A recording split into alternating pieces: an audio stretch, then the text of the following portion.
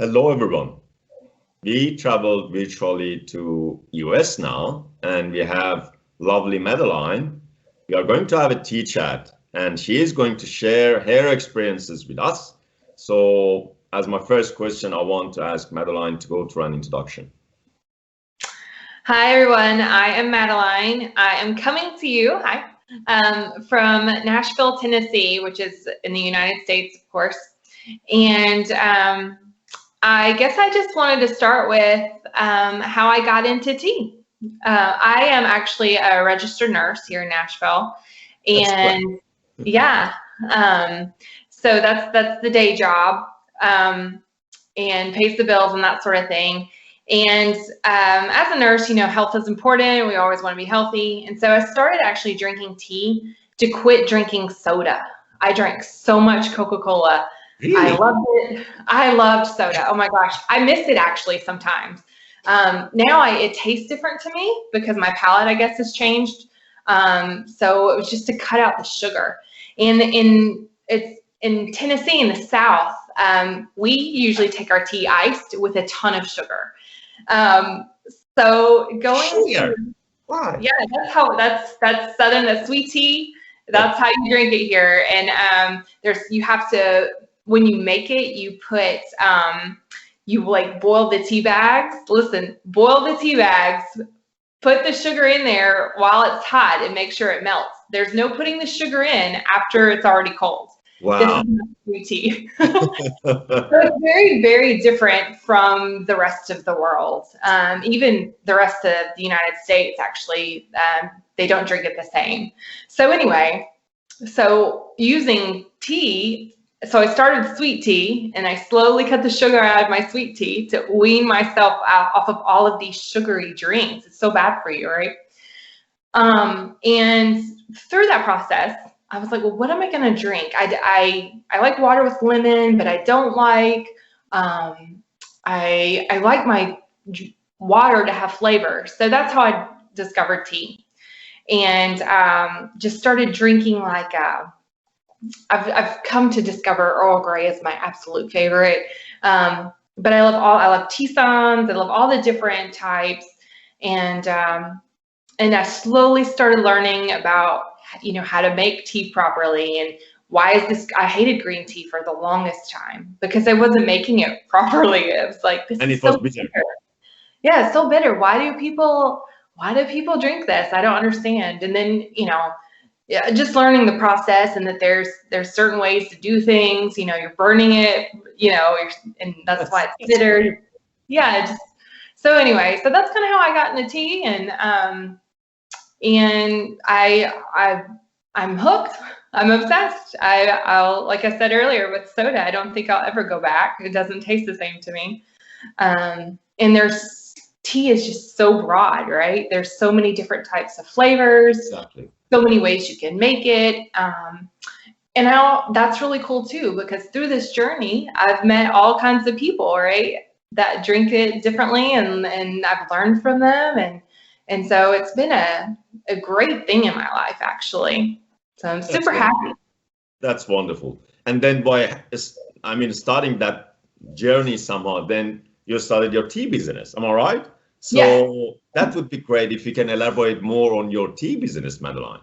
Sure. I guess I have to go back. I took several trips to London, overseas, not just London, but I started in London. And that was another interesting thing in my personal life. I had never really traveled overseas, and I wanted to go, and I was always waiting for someone to come with me, and I could never get anyone to go. So I finally went by myself. I went to London and Paris by myself.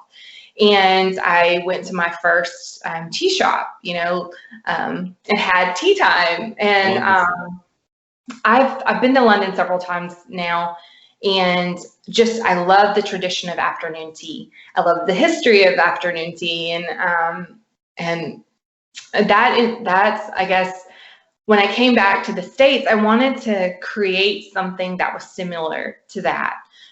So I started researching more into tea, and why do we, you know, what is afternoon tea? What is the difference in high tea, or, you know, what are all these things? And then from there, I actually started learning about like matcha, Japanese style tea, and just different things. And chai is probably if I had to pick a second favorite, chai is my second favorite. So started learning about India and how because a lot, speaking my ignorance here, a lot of, spices and flavors. Yeah.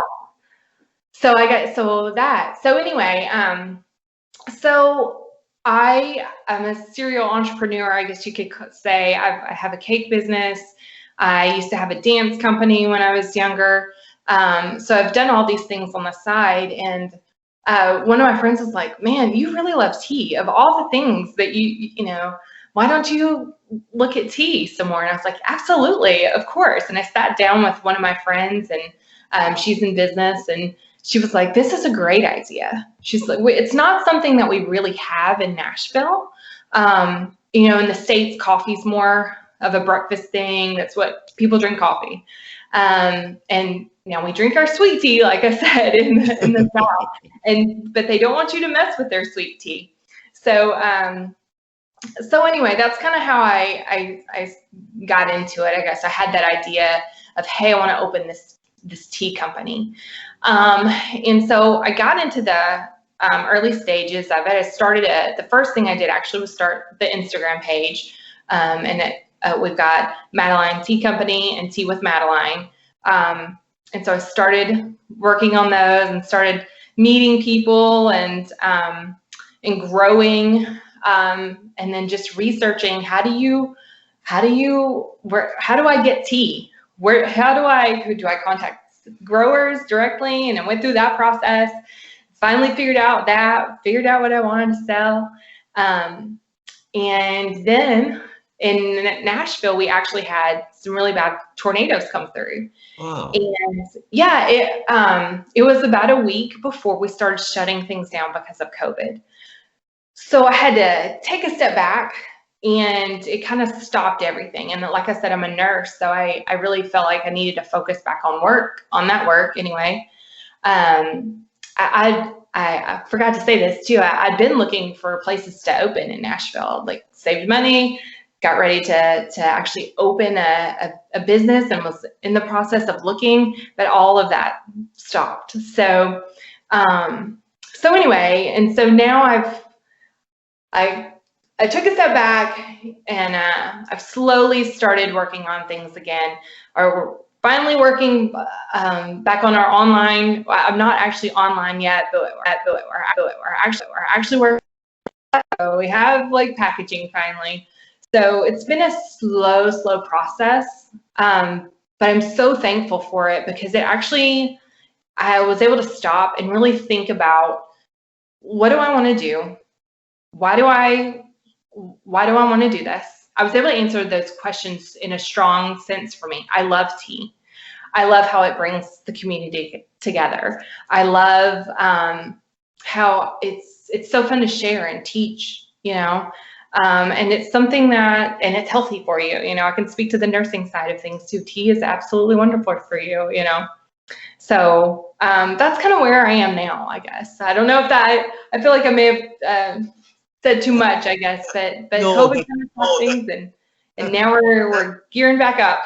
That was great, Madeline. At the end of the day, that's good to share that experience. Since at the end of the day, when we want to start something, we need to go through that planning stage that you mentioned, and walk through step by step to go through what we need to do to make that business happen. So that's great, and I understand the situation, and that COVID-19 affected many other businesses the same way. So in saying that, how you see, of course, you touched a couple of points regarding the question that I'm going to ask you, but in saying that, can you elaborate more on the tea industry and culture in your area? And also, still that sweet tea is okay, it's still going ahead, no change? Yeah, it's so funny. I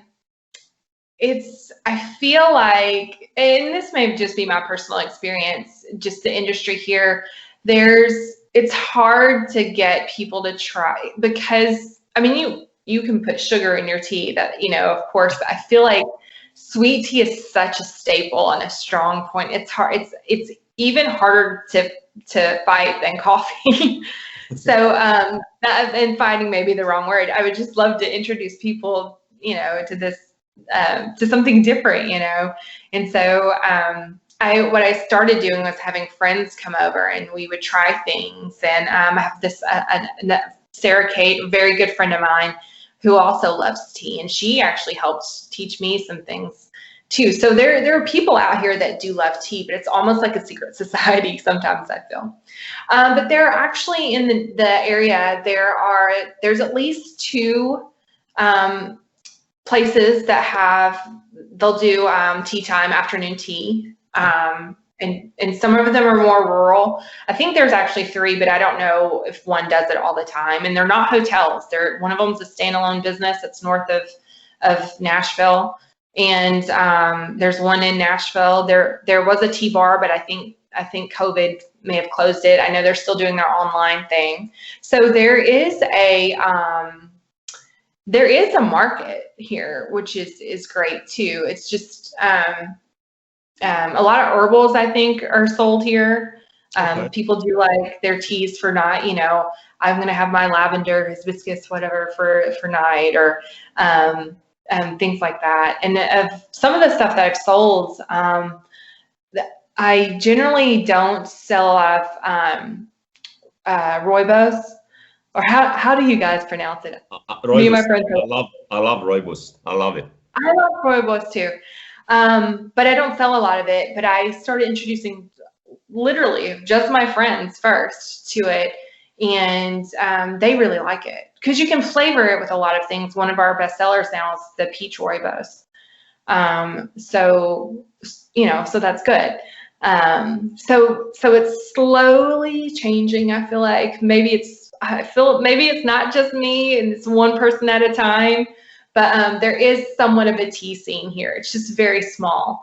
It's very niche, very just small community tea right now. And I'd love to just see it grow. Okay, I understand. So based on what you're saying, is still the majority, I can say, is coffee and that sweet tea somehow. But as you said, you can see the change toward more loose leaf, rooibos, blend tea and herbal, this sort of stuff. Am I right? Yeah, I think a lot of that comes in too with the younger generations, or they're looking for healthier things. Okay. And so I think that's helping. I know a lot of the restaurants around, they're starting to serve other things than just, I can usually always get Earl Grey. It may not be good, but I can usually get it. I don't know of anyone other than those 3 places that I said earlier that are serving loose leaf. I hope they're out there, but from what I've seen, I haven't yet. And of course, when I discovered loose leaf tea, it blew my mind. We always use tea bags here, I feel like, but it was just so good, so good. And I'll tell you what, something else is that it's happened. Once I got into tea, people started giving me gifts. They start giving you tea stuff. And through that, some other people that I know have been introduced to tea and really, really liked it. So it is slowly growing. That's great, Madeline. Thank you so much for sharing that. In your tea experience, based on what you said, whether this is your business or attending any tea workshop or whatever, do you remember anything funny or interesting somehow that happened to you and you want to share it with us? Of course, I have. So remember I told you I would bring my friends over and I would tell them, hey, we're going to have breakfast. We would do like a brunch kind of thing where you have in between, breakfast and lunch, and we'd have mimosas and all this stuff. And I started having like tea samples, right? And I can't remember. I think the first time I did tell them what was happening, but after that I would just invite them over and force them to try tea. And they were all on it. Everybody was liked it and supported it, except after that first time we weren't paying attention to how much caffeine we were taking, and I was like shaking it off the roof because we had so much so much tea. But I had this friend, one of the girls, so we're all trying things, and it's the Earl Grey, right? It's my favorite tea. And I watch her, she goes and she has her glass, and total team player. takes and drinks it like, you know, like she was gonna love it, and she like stops and makes this face and spits it back out Wow. into her glass. And I was like, oh, okay, maybe it's not for everybody. Wow. But it was funny. But she did like, there were some tisanes, some herbals that she really, really liked. So, and that I think some of it with her is she, again, we're so used to a ton of sugar in our tea here that it was just very different. And my Earl Grey is pretty strong, very strong bergamot. So it's very aromatic, and I just don't know that. I guess she didn't smell it or what, but she just took it, just spit it right out. She did it so that I could. She was trying to make it where like I couldn't see her, so she was being very polite about it. But it was just so funny. That's great. Not her cup of tea. That's great. Based on what you said, do you still drink that sweet tea, Madeline? I don't. Okay, good progress. No, I really don't. I may put milk in my tea, but I usually don't put sugar, and not because it's not healthy. I've just gotten used to not drinking that. I occasionally I'll take unsweet tea and put a splash of sweet tea in it. Excuse me, and so it's not. I don't know. It's like a treat, I guess. So it's a little sweet, but I can't drink. My mom, she'll like if all the kids come home. My brother, my dad love sweet tea, and they like it really, really sweet. Well, I couldn't drink it then before I started on this journey or whatever. So she'll make two types of tea, one that's kind of sweet and one that's super, super sweet, so that we all have something to drink. But I will say my mom is on board huge now with tea, and maybe she I guess she kind of liked it before too. Mom's a coffee drinker, but anytime I bring her something home, she drinks it right up. Hey mom, why don't you try this? Tell me what you think about this. And she I'm very fortunate to have her in my life, and still in her I guess supporting through it, and but she likes it, so that's good. That's great. I don't recall anything else top of my head to ask, but do you remember anything else to add? Do you want to add anything else to our chat? I mean, I do want to thank you again for having me on, and it's been wonderful meeting you. I don't know if anyone knows, we actually met online through tea. So again, I just love how it brings people together, and through that, through Instagram and through some of the online things, I've met some people just online. I've actually never met them in person that I have relationships with now, and I feel like I kind of know some of these people. And there's a group in Dallas that they do tea parties, and they're wonderful, and I absolutely love everything they do.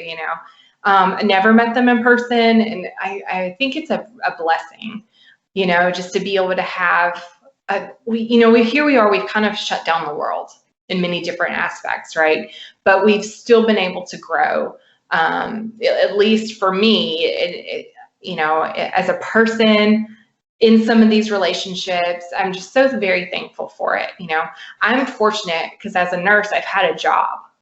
A lot of people haven't had jobs through the whole COVID thing, and so I know that I'm fortunate. I'm seeing my fellow business friends in business struggle, and I know that's hard. But I think I don't know, just wrapping it back in, tea brings people together, community, and that's just something that I feel super strongly in my heart. And I hope that as we go, I feel like I'm a little afraid. I think we're about to have a second wave here. We are in many places. I hope a lot of my business friends will be able to hang in there, keep doing things like this. Such a blessing for you to allow me to do this, and just keep going, keep grinding, keep trying to do your thing, and we'll get through it, and we'll grow together, and that's I think that's really just what I my heart told me to share right now. That was so lovely. I'm so glad too that the way that you shared that, and I believe the same. At the end of the day, tea brings the people together, and one of the words somehow, or I mean, the way I'm telling the people all the time is when we share the tea, somehow we share our heart. And it's a great way to connect the people. And I myself now, I know many people are around the world, and this was just through the tea and the way we started this online Instagram account, and then we start talking to people, and now we have lots of friends everywhere in the world, which is great. So thanks for sharing your experiences, Madeline. It was great to have you for our chat. Stay safe, take care, and hope there will be a chance to catch up and have tea together face to face. Absolutely. I want to come to Melbourne. That's the first place I'm coming when all of this is done. I'll come see you. Definitely. Looking forward to catch up soon. Okay. Stay safe. Okay. Take care. Bye-bye. Thank you. Bye. Bye, everyone.